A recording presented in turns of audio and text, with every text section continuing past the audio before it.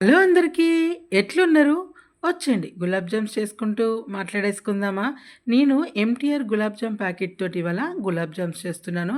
అస్సలు విరిగిపోవండి. చాలా జ్యూసీగా అసలు మన 2, 3 డేస్ ఉన్నా కూడా అవి అసలు నలిగిపోకుండా చేసినప్పుడు ఎలా ఉంటాయో కొంచెం పాకం పీల్చుకొని పగిలిపోకుండా ఉంటాయన్నమాట. నా స్టైల్‌లో ఒకసారి ట్రై చేయండి. మనం ప్యాకెట్‌ని కట్ చేసుకొని ఒక గిన్నెలో వేసుకొని కొంచెం వంట సోడా, ఒక స్పూన్ ఆఫ్ షుగరు, ఒక చిన్న గ్లాస్ పాలనేసుకొని మనం పిండిని కలుపుకోవాలనమాట. ఈ పాలు వేయడం వల్ల మనకి గులాబ్ జామ్ చాలా స్మూత్‌గా వస్తాయన్నమాట. మీకు నచ్చితే వాటర్‌ని కూడా యాడ్ చేసుకోండి. కాకపోతే పాలు వేస్తేనే మంచి స్మూతీ టెక్స్చర్‌తో అసలు గులాబ్ జామ్స్ విరిగిపోవండి. పాకంలో వేస్తే ఎంత అవసరమో అంతే పీల్చుకొని రౌండ్‌గా చాలా బాగా ఉంటాయసలు. పాకం కూడా అలా ఉంటుంది. చాలామందికి పాకం వేస్తే విరిగిపోతాయి అని అనుకుంటారు. కానీ అస్సలు అలా ఉండదు. నేనైతే 50 గ్రామ్స్ షుగర్ తీసుకున్నాను. ఒక 2 కప్స్ ఆఫ్ వాటర్ వేసుకున్నాననమాట. సో, ఇది మనకి తీగ పాకం అవసరం లేదు. నెక్స్ట్ వచ్చేసి ముదురు పాకము అవసరం లేదు. జస్ట్ ఆ చక్కెర కరిగిపోయి మనకి వాటర్ బబుల్లాగా పొంగితే సరిపోతుందనమాట. సో, మీరెప్పుడైనా ట్రై చేశారా అండి? సో, చాలామంది నాకు కంప్లెయింట్ ఏంటంటే గులాబ్ జామ్స్ చేస్తే విరిగిపోయి పాకంలో వెయ్యంగానే మొత్తము అది ముద్ద ముద్దగా అయిపోతుందని చెప్తుంటారు. సో, అలా కాకుండా ఇలా ఒకసారి ట్రై చేయండి. ఆల్ టైమ్ చాలామంది నన్ను అడుగుతూ ఉంటారు, నేను చేసిన గులాబ్ జామ్స్ తిన్నవాళ్ళు ఎలా చేస్తావు అని. సో, ఇలా ట్రై చేయండి. కొంచెం సాల్ట్ వేసుకొని మీకు నచ్చితే ఫుడ్ కలర్ యాడ్ చేసుకోండి, లేదా స్కిప్ చేయండి. మనకి స్వీట్ షాప్‌లో అయితే ఇట్లా ఉంటుంది కాబట్టి సో, నేను ఇలా వేశాననమాట. సో, నేనైతే యాలకులు వేయలేదు. మా బాబుకి యాలుక్కాయ పొడి నచ్చదనమాట. సో, ఇలా 15 మినిట్స్ మనం రెస్ట్ ఇచ్చి దీన్ని మనం చిన్న చిన్న ఉండలుగా చేసుకోవాలి. సో, ఆయిల్ తీసుకోవాలండి కొంచెం. ఇదే చాలా పెద్ద ప్రాసెస్ అనమాట.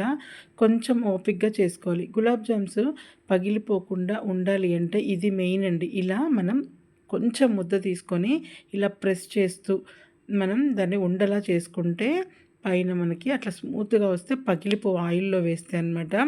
చాలా మంచిగా వస్తాయన్నమాట. పాకం కూడా తొందరగా పీల్చుకోదనమాట. చాలా బాగుంటది. అలా మనం చాలా ప్రెషర్‌తో అనమాట.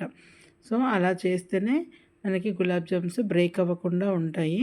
సో, నన్ను చాలామంది అడుగుతూ ఉంటారు, "నువ్వు చేస్తే అసలు విరిగిపోవు, పగిలిపోవు, జ్యూసీగా ఉంటాయి" అని. ఎందుకంటే ఇదేనండి. మనము ఉండలు చేయడమే చాలా ఓపికగా చేయాలన్నమాట. చాలా టైం పడుతుంది. సో, ఫైనల్‌గా నాకు కంప్లీట్ అయిపోయింది. సో, మనము డీప్ ఫ్రైకి ఆయిల్ వేసుకోవాలన్నమాట. ఆయిల్‌ని కూడా అండి కొంచెం టెంపరేచర్ రాగానే సిమ్‌లో పెట్టేసి బాల్స్ వేసేసుకోవాలి. లేకపోతే తొందరగా మాడిపోయి లోపట అస్సలు వేగవన్నమాట. సో, ఇలా వేసేసుకొని మంచిగా డీప్ ఫ్రై చేసుకోవాలనమాట. కొంచెం కలర్ చేంజ్ అయ్యేంత వరకు కొంచెం మీడియం ఫ్లేమ్‌లో పెట్టుకొని వాటిని మనం కాల్చుకోవాలనమాట. ఎవరైనా నా ఛానల్‌ని ఫస్ట్ టైం చూస్తుంటే ప్లీజ్ సబ్స్క్రైబ్ చేసుకొని నా వీడియోస్‌కి లైక్ చేసి, కామెంట్ చేసి, షేర్ చేయండి. సో, మనకి గులాబ్ జామ్స్ అసలు బ్రేక్ అవ్వవండి. ఇలా చక్కగా వచ్చేస్తాయన్నమాట. పాకంలో వేసినా కూడా ఉబ్బిపోయి అసలు మొత్తం పగిలిపోయి అట్లా ఉండదు. జ్యూసీగా చాలా బావుంటుందనమాట. సో, మీరిలా ట్రై చేయండి. ఇవన్నీ మనం ఇంకొక టిప్ ఏంటంటే చాలామంది ఇలా కాలవంగానే తీసుకెళ్ళి పాకంలో ఏసేస్తారు. సో, అందుకని అవి తొందరగా మెత్తబడిపోతాయి. అలా కాకుండా కోసేపు పక్కన పెట్టేసి మనం ఒక వెడల్పు గిన్నెలో ఈ పాకాన్ని వేసుకొని ఈ కాల్చుకున్న గులాబ్ జామ్స్‌ని అందులో వేసుకున్నామనుకోండి, కొంచెం చల్లారినాక వేయాలి. పాకం చల్లారాలి. నెక్స్ట్ గులాబ్ జామున్స్ కూడా చల్లారాలి. అప్పుడు మనకి నీట్‌గా వస్తాయన్నమాట గులాబ్ జామ్స్. ఇది కొబ్బరి పొడి అండి.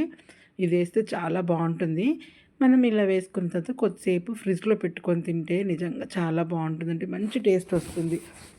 మా రిలేషన్స్ కానీ, మా ఫ్రెండ్స్ కానీ, మా సిస్టర్ వాళ్ళు కానీ గులాబ్ జామ్స్ నేను చేసినవి తినాలంటే చాలా ఇష్టపడతారనమాట. సో, మనకి స్వీట్ షాప్ టైప్‌లో వస్తుందనమాట. సో, ఇలా కొంచెం సేపు ఫ్రిడ్జ్‌లో పెట్టి తీసుకున్నాక ఇలా వస్తాయండి.